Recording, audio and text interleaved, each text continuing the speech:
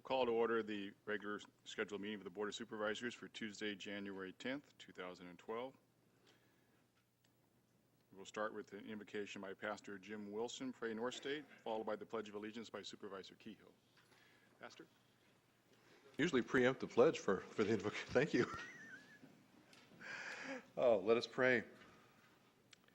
First of all, Lord, thank you for our country and for the privilege of pledging allegiance to her. But I ask you also, I give you thanks for our supervisors, for David, for Les, Leonard, Linda, and Glenn. I give you thanks for our County Administrative Officer, Larry Lees, and for our staffers, Reuben, Linda, Glenda, and all the others whose names are not up on this dais, but who work tirelessly. I thank you for the people who are gathered here, those who are gathered here to give input, those who are simply here to watch and participate in our county's process, and those especially who are here to pray. I ask you now, Lord, to fill not just our leaders, but everyone in this room with your courage, your purposes, and your vision. In Jesus' name we pray. Amen. Ladies and gentlemen, we invite you to join us in the Pledge of Allegiance. I pledge allegiance to the flag of the United States of America and to the republic for which it stands, one nation, under God, indivisible, with liberty and justice for all.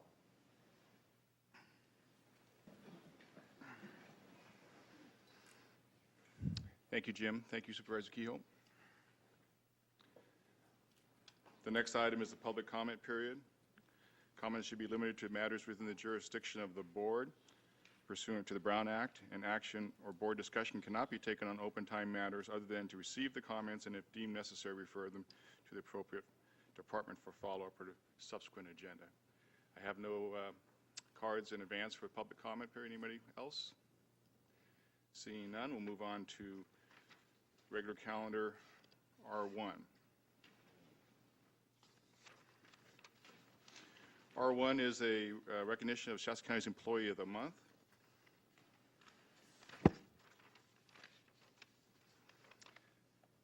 Now, therefore, it be resolved that Candace Biddle, Victim Advocate 1, District Attorney's Office, is hereby named Shasta County Employee of the Month for January 2012. And be it further resolved that Candace is an exemplary employee who exudes professionalism. She is consistently polite, respectful, kind, and diligent in her duties, making her a role model for county employees and well-deserving of this Employee of the Month recognition. Pleasure of the board. I'll second. Moved and seconded. All in favor? Aye. Opposed? Carries unanimously. I'd like to invite District Attorney Steve Carlton to speak.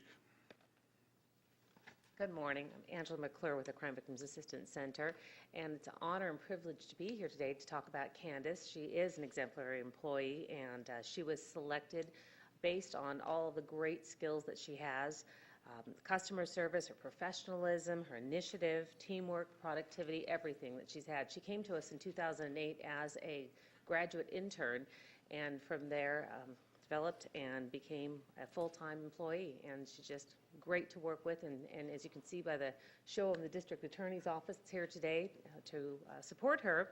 So I'd like to invite Candace to come on up and to give her a hand.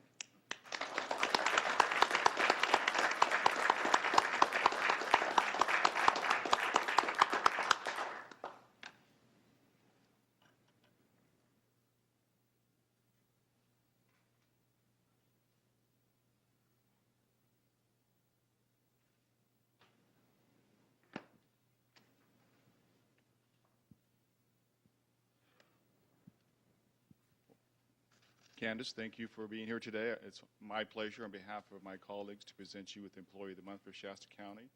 We always are appreciative of our employees who work so hard to do what they do every day. And it was mentioned by the pastor, sometimes sort of unsung heroes behind the scenes doing the work. But thank you for what you do, and I'm very pleased to present this to you.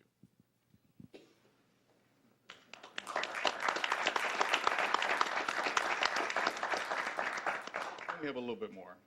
We have a rosewood pin gift set with Shasta County and the Shasta County emblem emblazed on it. We have a DVD of this award presented courtesy of Shasta County. And then in the bag here I have a $25 gift certificate donated by Mid-Management Bargaining Unit to the Olive Garden Restaurant, a gift certificate donated by the Department Head Forum to Outback Restaurant, and a $40 gift certificate to Logan's Roadhouse donated by the Deputy Sheriff's Association. I'd like to thank all of our sponsors who make this possible. Okay, and now would you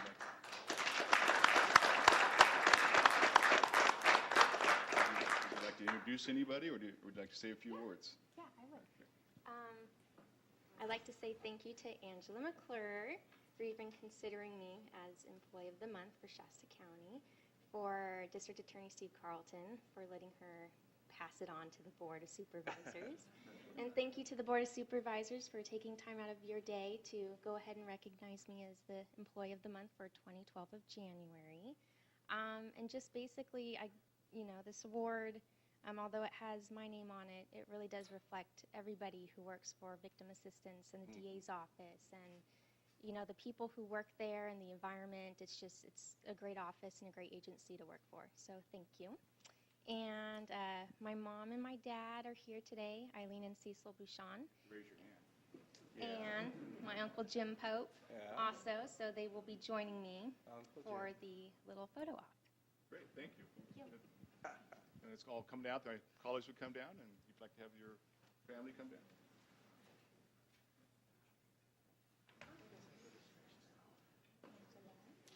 Steve, you come up with this?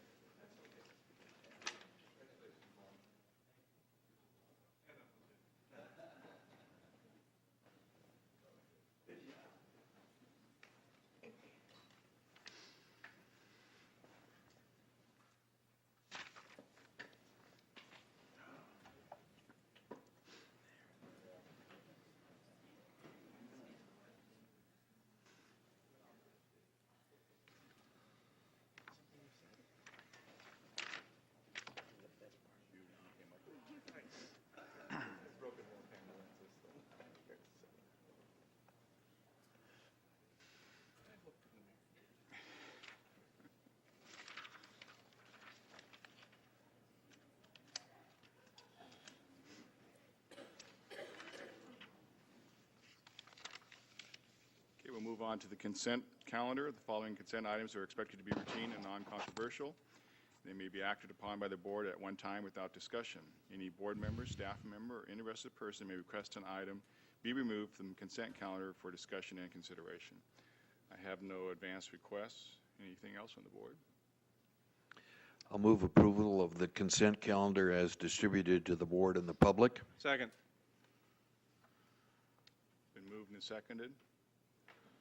And do we have to report about the C2 being over? Yeah, just for the public, in case there was anybody wishes, the assignments for the board assignments for this next year are been printed and over here on this, on the rail that's over there. So, been moved and seconded. All in favor? Aye. Opposed? Action carries unanimously. Moving forward to Special Districts and Other Agencies Regular Calendar, Water Agency. Receive a presentation on community outreach and development of the Northern Sacramento Valley Integrated Regional Water Management Plan. Chairman Modi, Oh, Got it. I'm a little ahead of myself. We will recess from the Board of Supervisors and convene as the Shasta County Water Agency. And then we will move to the first item, presentation. Yes.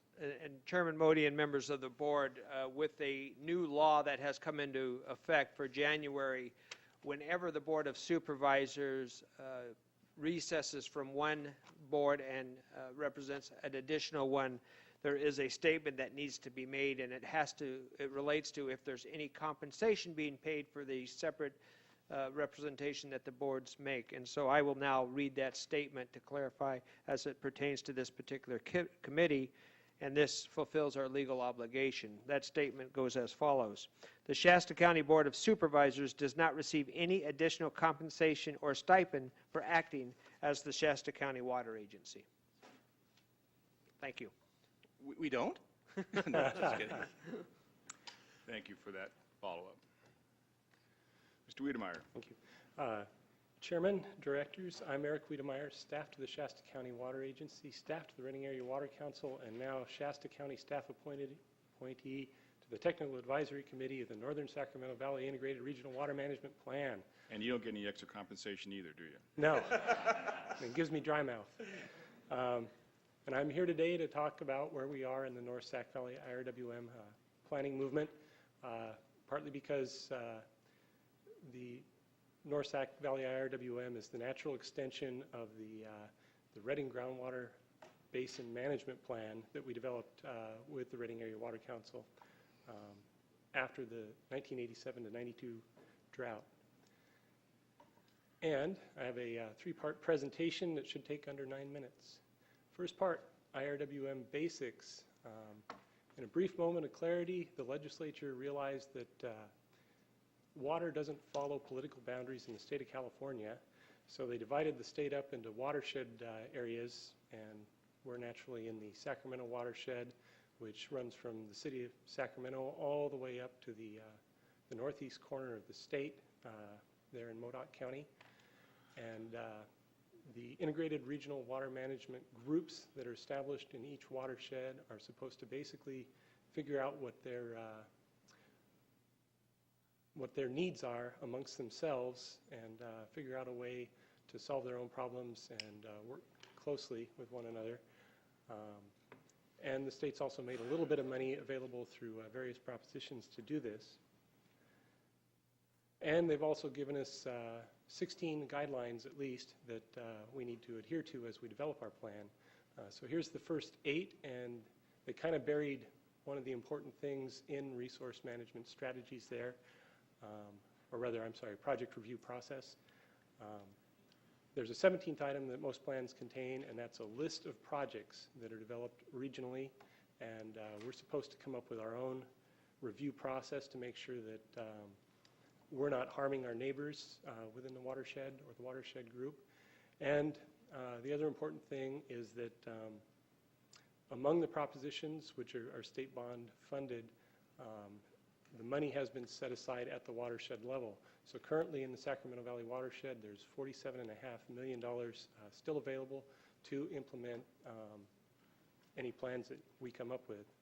Of course, that's competitive. We would have to compete with the other watershed groups in our area, like the Cosumnes American Bear Yuba to the south of us, and to the north of us, the Upper Pitt IRWM, which actually is partly in Shasta County. So there's 8 more items that our plan will contain. Thrilling stuff. And the benefits. The obvious benefit is that we're working with our other partners, in this case 5 other counties in the area, and various water purveyors and farm groups and other people. And then another interesting thing that's sort of come about is one of the things the legislature is very big on is outreach to underserved communities. And one of the things we discovered when we were working on the grant for this planning process is that there are fewer than a half dozen areas, or rather zip codes, that don't qualify as disadvantaged communities by the state definition within the 6-county area that we're looking at. And then here's the 6-county area. There's southwestern portion of Shasta County, of course, Tehama County, Glenn County, Butte County, Colusa County, and Sutter County. From a staff level, one of the things I've noticed that as we get further from the face of Shasta Dam, they get more and more concerned about flooding. Part 2, the organizational structure. This is a much simplified diagram of our organizational structure.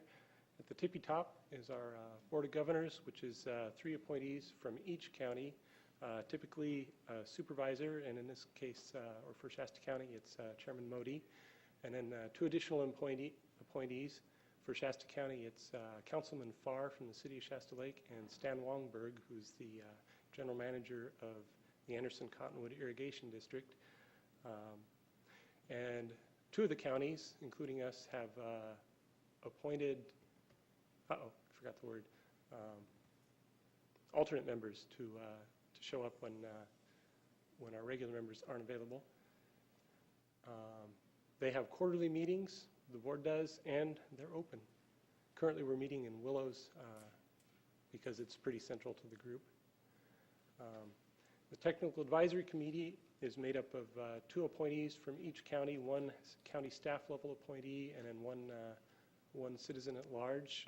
In Shasta County, the citizen at large is Jerry Cupp, who is the retired water manager for the city of Reading and also the retired electrical utility manager from the city of Shasta Lake. In addition to the 2 from each county, there's 3 more at large appointed by the board of directors, and 1 member from the Department of Water Resources and 1 member from the Northern California Water Association, which is a voluntary group that its goal is to protect water rights in the Sacramento, Northern California region. The TAC operates by consensus, whereas the board does simple voting. And when I was in engineering school, if anybody told me that I'd spend more than 20 hours of my life discussing what consensus meant, I would have laughed at the crazy person. Last part, timeline. We're paying for this work with a Proposition 84 grant. And one of the things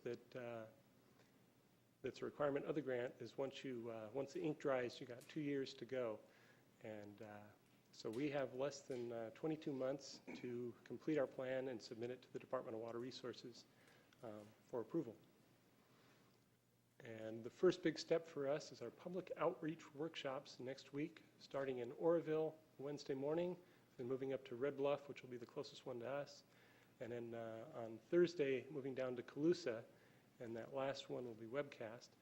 These public outreach workshops are to help determine what public concerns are for water in our region, rather than just staff and appointee concerns. And then, if you can't attend any of those meetings, or the last one in Colusa, which will be video cast, or even if you do, I urge you to go to our website, nsvwaterplan.org, nsvwaterplan.org, November Sierra Victor waterplan.org, and take a look around, and in the upper right corner there is a questionnaire which will allow you to express your concerns about local water needs. And at this point, I'll take any questions that the board might have. I have one. When is it going to start raining? We have a real water problem right now, and if it doesn't start one of these days.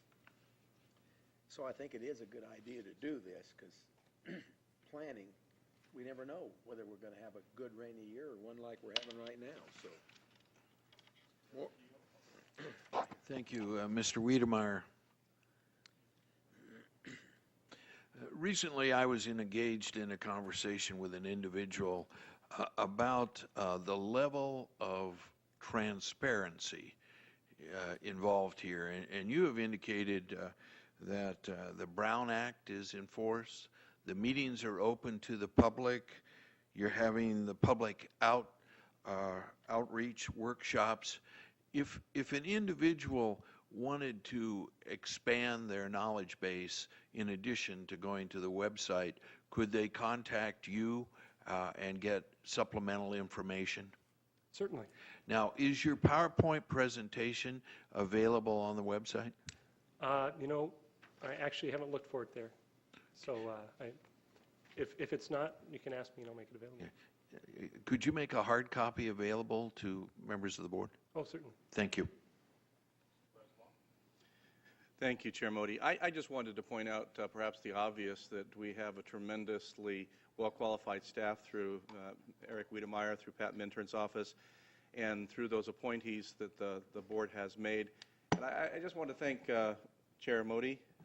His involvement has been very productive for the Shasta County Board, and several years ago when you were first elected to the Shasta County Board, we as a group jumped into the water arena, if you will, and became very involved. And I know it takes a lot of time, and I want to thank you for the reports that you bring back to us and the information level that comes to all of us because of the willingness of the board to become active and involved. And it is obviously one of the, if not the most important issues to us. Thank you. Thank you, Supervisor Paul. I do have two requests to speak from the public. The first is Mr. Gary Catt, followed by John Dixon.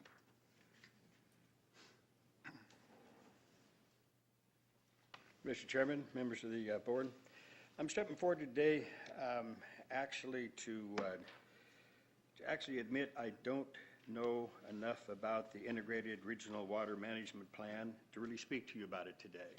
I will in the future, but this is something that just come to mind. But the one thing that I would like to mention is the Shasta County Water Agency. I believe the Shasta County Water Agency should be taken into a district such as the Air Management District. It'd be the Water Management District. It's my understanding that I believe the three cities are in negotiations with the county to put city members on the air management, and I would probably imagine by law that probably should be city individuals on a water management district. And I think for accountability for the public. Now, I know that we're speaking accountability, the Brown Act, and other things have been mentioned here this morning, but I also know that you folks are the employer of the Public Works Director. It doesn't work under Mr. Lee's, you folks are. And I believe there's an accountability. That is a true statement. And yes, it is. The exact accountability needs to come forward from a district with the cities on it and to where the public has more of an input into what's going on with this issue. I've looked at the IRWM website, and when you go through the total website, there's some things there that for me can be possibly problematic to the community, to our county. And so I'm just asking that you folks consider, actually not consider, just ask that you would put the water management into a district, form a district, and move forward with this issue, because I know that we have to go through this at IRWM, and in that possibility, it would give us the people of the county, the agriculture, all the people, the more overview and oversight of what's going on. Thank you for this time. Any questions? Thank you, Mr. Catt. Next will be Mr. Dixon.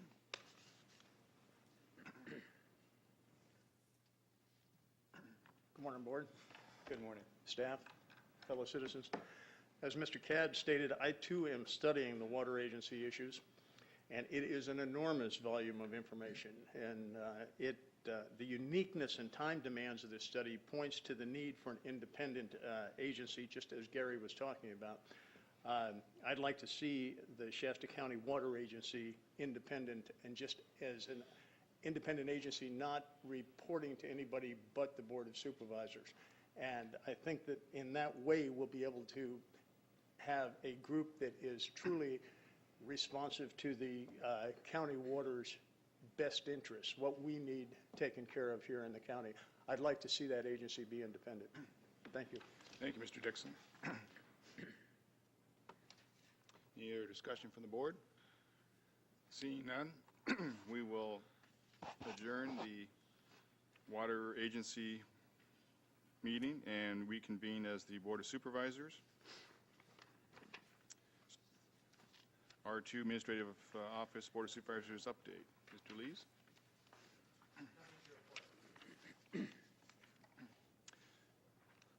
Mr. Hawes. Well, I already said it, we need rain. That's a big issue to the economy of California. Without water, it hurts. So I don't know what we can do to make it start raining. I mean, the weathermen keep saying there's a little bit of a chance, and nothing's happened. So one of these days, let's hope that it happens. Nothing else to report. Supervisor Hartman. I'll pass, thank you.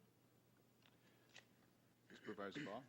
Thank you, Chair Modi. Over the weekend, I was able to represent the county and the community along with the 132nd National Guard Unit at Whiskey Town.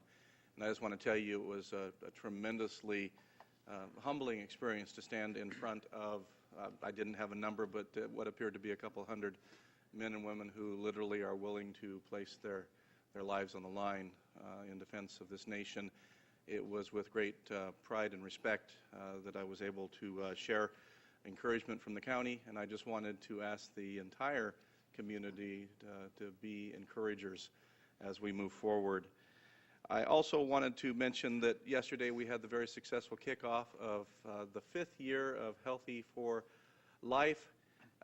Tremendous participation this year from Shasta County employees. I'm told a record nearly 300 employees and over 33 teams. And what they're doing simply is establishing a daily change in their lives, hopefully something that will go past the several weeks of this annual event and will be a permanent change in lifestyle in terms of eating habits, what we eat, how we feed our bodies, and how we treat our bodies in terms of the exercise and our daily movement. And I will tell you, because I'd like to be held accountable publicly, I did start jogging again on Saturday, and literally every hair on my head hurts. So it takes a lot to get this hefty body in motion, but I appreciate the opportunity to represent Shasta County and answer the call. So anyway, thank you personally to Sherry Brooks and Tammy Fry, who are heading this year's event for Shasta County. Supervisor Kehoe. Thank you, Chairman Modi. I attended the Shasta County Mental Health, Alcohol, and Drug Advisory Board. Excellent meeting, and one of the high points of that meeting was a presentation by Mr. Wes Foreman, who is the Chief Probation Officer for Shasta County, and he spoke about the Community Corrections Partnership, AB 109. He gave an in-depth explanation. There were quite a few questions, and he successfully answered all of those questions. So there was a bit of initial concern about it, but he did a great job. That concludes my report. Thank you, and I'll report that I attended the special meeting of CSAC last week. It was to do with the ballot measures that are being put forth for this following year. Obviously, CSAC was considering putting something forward on realignment funding, and the governor has his own measure. He came and spoke to the group. After a discussion, the CSAC board chose to suspend moving forward on their ballot measure for the time being and see what the final draft of the governor's measure was, which is expected to be out later this month, and they're going to reconvene in February to discuss the next steps. With that, we'll move on to item R3. Consider adopting a resolution which elects to have the County of Shasta serve as successor agency for the Shasta County Redevelopment Agency. Good morning, Chairman Modi, members of the board, Megan Dorney, Administrative Analyst, Shasta County Administrative Office. For your consideration is a resolution basically electing to have the County of Shasta serve as a successor agency to the Shasta County Redevelopment Agency. On December 29, 2011, the California Supreme Court delivered its decision in California Redevelopment Association versus Manto Santos, finding the Dissolution Act constitutional and the Voluntary Program Act unconstitutional. All redevelopment agencies are dissolved as of February 1st, 2012. This resolution provides for a clear statement of intent that the County of Shasta is electing to serve as the successor agency to the Shasta County Redevelopment Agency. And if you have any questions, I'd be happy to answer them. Any questions from the board? Mr. Hawes, you got in there first. No questions, but I am going to be recusing because of Shasta Tech. It borders my property, so it's a touchy issue there. Okay. Mr. Kehoe? Thank In you, that- Chair. I'm sorry, before we begin, given the recusal from Mr. Hawes, I would recommend that Mr. Hawes leave the room, please. Thank you.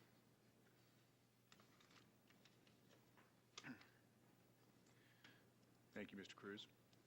Mr. Kehoe? Thank you, Chairman Modi. Ms. Dorney, the staff report in the last paragraph on page 1 speaks to satisfying enforceable obligations. Now, we participate in 2 redevelopment zones, Shasta and Buckeye. What is the extent of those enforceable obligations?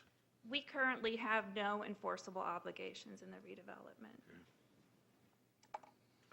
Second question is, based upon your professional judgment and the counseling received by you from Mr. Lees, do you see any downside into activating this procedure? I don't. It gives the county, it lets us be the lead agency for the wind down of the redevelopment. Okay, very good. I'll move. Did you question? Supervisor Kehoe asked my exact question, Okay. so please, Supervisor. I'll move approval of the staff recommendation. Second. Moved and seconded. Any other discussion? Seeing none. All in favor? Aye. Opposed? Motion carries. Thank you, Ms. Dorning. The Board of Supervisors will recess to a closed session to discuss the following items: conference with legal counsel regarding existing litigation,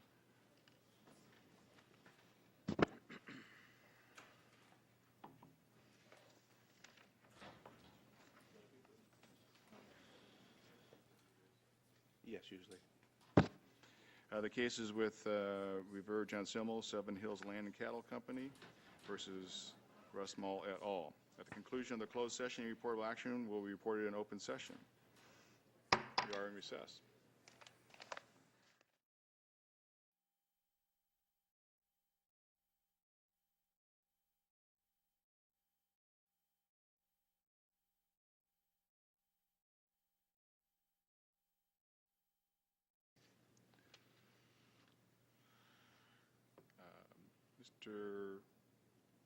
Mr. Hawes, you got in there Yeah. first.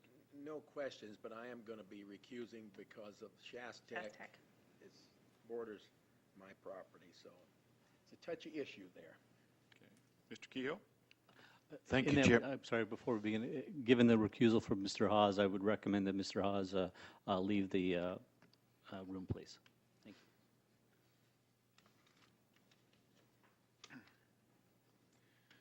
Thank you, Mr. Cruz. Mr. Kehoe? Thank you, Chairman Modi. Ms. Dorney, the staff report in the last paragraph on page 1 speaks to satisfying enforceable obligations. Now, we participate in 2 redevelopment zones, Shasta and Buckeye. What is the extent of those enforceable obligations? We currently have no enforceable obligations in the redevelopment. Second question is, based upon your professional judgment and the counseling received by you from Mr. Lees, do you see any downside into activating this procedure? I don't. It gives the county, it lets us be the lead agency for the wind down of the redevelopment. Okay, very good. I'll move. Did you question? Supervisor Kehoe asked my exact question, Okay. so please, Supervisor. I'll move approval of the staff recommendation. Second. Moved and seconded. Any other discussion? Seeing none. All in favor? Aye. Opposed? Motion carries. Thank you, Ms. Dorning. The Board of Supervisors will recess to a closed session to discuss the following items: conference with legal counsel regarding existing litigation,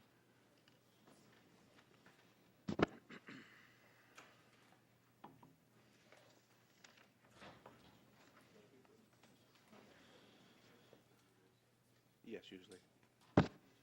the cases with Revere John Simmel, Seven Hills Land and Cattle Company versus Russ Mall et al. At the conclusion of the closed session, any reportable action will be reported in open session. We are in recess.